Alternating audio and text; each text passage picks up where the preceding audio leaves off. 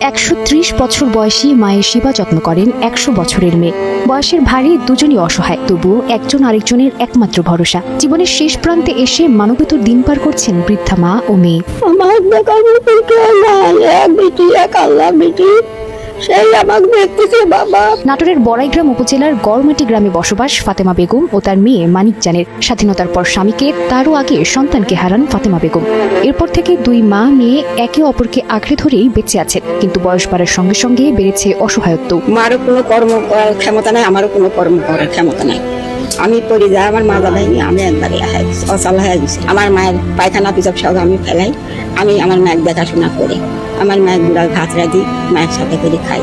সংসারে উপার্জনের কেউ নেই, গ্রামের মানুষের সহযোগিতায় তাদের বেঁচে থাকার একমাত্র অবলম্বন। কখনো খাবার জোটে, কখনো জোটে না, তবুও একে অপরের সঙ্গই তাদের সবচেয়ে বড় শক্তি। আসলে দরিদ্র মানুষ, চলাফেরা খুবই অসুবিধা, খাওয়ার এক সময় জোটে, এক সময় জোটে না। গ্রামের লোক একাড্ডু সাহায্য করে, সেটাই খায়, লড়াফড়াও তো করতে পারে। Presenting Walton Crystal Series. Switch to premium. Switch to Crystal. জাতীয় পরিচয়পত্রে বয়স কম লেখা থাকলেও স্থানীয়দের দাবি ফাতেমা বেগমের বয়স 125 থেকে 130 বছরের কাছাকাছি। কিন্তু দীর্ঘ জীবনের এই পথ চলায় আজ তাদের সবচেয়ে বড় প্রয়োজন নিরাপদ আশ্রয়, চিকিৎসা আর নিয়মিত সহায়তা। শতবর্ষী এই মামির পাশে সমাজের বিত্তবান জনপ্রতিনিধি ও সংশ্লিষ্ট কর্তৃপক্ষ এগিয়ে এলে হয়তো জীবনের শেষ সময়টা একটু স্বস্তিতে কাটাতে পারবেন তারা।